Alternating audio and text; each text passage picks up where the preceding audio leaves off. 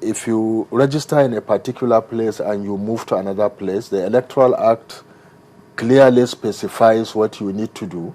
You can transfer your registration status. All she needs to do, for example, in her case, is to apply to the Resident Electoral Commissioner in the FCT, giving all the necessary information as to why she had moved, what were the details of her previous registration, which polling unit, and where is she now located.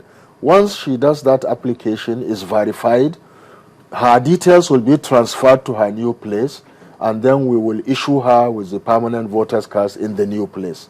But unless and until she follows that legal requirement of applying and having it properly changed, we may not be able to replace the voter's card. So it's very easy. There is sufficient time for people. If you have moved, please apply to the Resident Electoral Commissioner in your current state, giving all the information. If you need further information, go or send queries to our offices. They will give you the details of what is required. It can be done online. Regrettably, it can't be done online. Again, for the same challenges that I have pointed out, the infrastructure is not there. We are doing our best to have the in-house capacity, but many people in different places may not be able to do that. Just online online being that the application be done online. Online. No, Fill the form and submit online. There is a limit to what you can do online. You can send, we have a website, very robust. You can we have email addresses for the Resident Electoral Commissioner. You can send application online, giving all the details. That can be done. But to have the application form online and to complete it, which is what is normally meant by online, to do transaction online, we do not have that capacity yet. Why?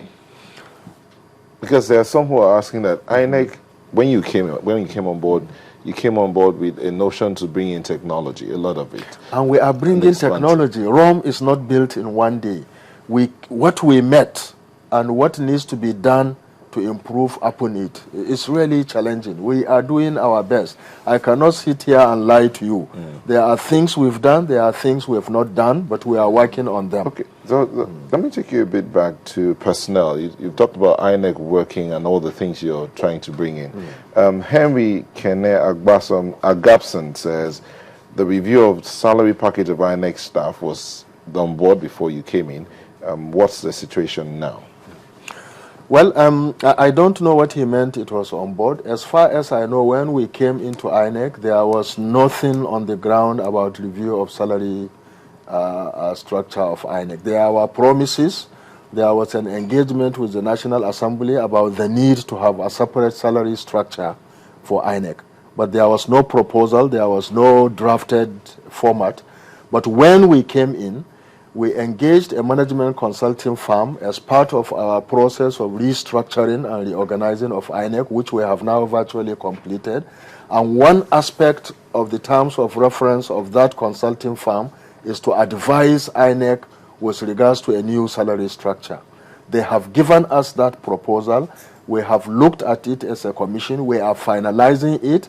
The next step is to engage government and the National Assembly with a view to recognizing the need to have a separate salary scale with INEC. We've commenced some preliminary discussions on that, and we hope that before 2015 we may be able to have that. But the issue of review of salary structures in this country is always contentious and controversial, and we are trying to be careful and methodical in the ways in which we address this. But we are committed to bring in substantial improvements to the salaries and the emoluments of INEC staff. They do a specialized job, a very hazardous job, and they require a lot of motivation and incentives to be able to do it creditably. I think nobody can doubt that fact. The challenge is how fast we will be able to put these things in place.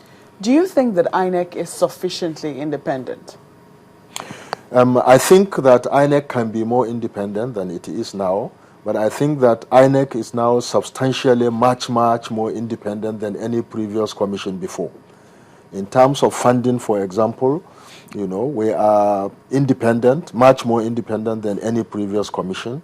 Once our budget is appropriated, it is released to us. There is no question or threat of mopping up our funds. The law protects our fund. We are more or less a first-line charge. So once our budget is approved in the Appropriation Act, it is released to us. We have not had any challenges in that regard, and with that relative independence, you know, certainly it's a remarkable improvement. Right. But then the challenge is getting the funds you require. And in this regard, we do appropriate engagements with government, and we also do appropriate engagements with the National Assembly so that our needs will be understood and so that what we require should be given to us. Okay. Many others want to know, what is the status of the registration of APC? We have received application for the registration of 2 categories of APC. There is an APC that wanted to be registered as a new political party, I think about 3 parties, and as you know, there is a case in court now with regards to that, and I don't want to say much about that. But there is also an application from a group of parties that want to merge into one party called the APC. We've received their application. It's a routine matter in INEC now, the issue of registration of political parties. So we are addressing that matter routinely. At the appropriate time, hopefully soon, we will make an announcement of our decision as to whether they have met the requirements or not. Okay. Aisha and Abiodun also want to know, this continuous voter registration exercise that you want to start between July to September, will it capture those who had never registered before? Yes. Actually, the whole purpose of continuous voter registration is to provide an opportunity where those who have become 18 years since the last registration could come and be registered and be put on the register. You know, so it's really the opportunity for people. What we want to stop doing is what was done in the past, where it's only on the eve of election that you will come and do a national massive registration of voters, you know, or do a new register almost every time before an election. Now we have a good database. All we need to do is to keep on updating it, and we can update it systematically as time goes on. So the whole purpose of putting in place a mechanism for continuous voter registration is to allow people who have become 18 years since the last registration to now come and register. But we also want to use it as an opportunity to redress some of the some of the inadequacies that we have identified with the existing register. As I have said, we found out that there are people who have been registered whose details are on the register, but whose, for some odd reason, their photographs are not clear enough. So for those people, we wouldn't want to waste money and produce a permanent voter's card for them. We think we should give them an opportunity to come to these centers, you know, and to have their details taken again so that they can have this information. What do you think is your greatest challenge looking at 2015? I think the greatest challenge is to keep on improving on logistics and to also keep on engaging the political parties, to have them to keep on changing the mindset that they traditionally bring into politics, which is the mindset of winning at all cost by hook or by crook.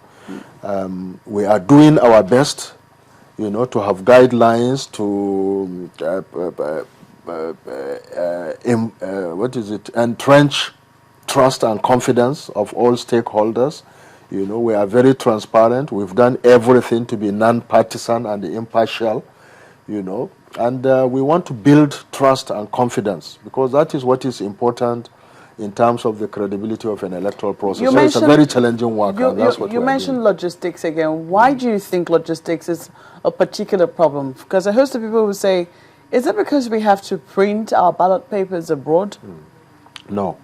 The key challenge with regards to logistics, frankly, is one, infrastructure, and two, training, in terms of what our staff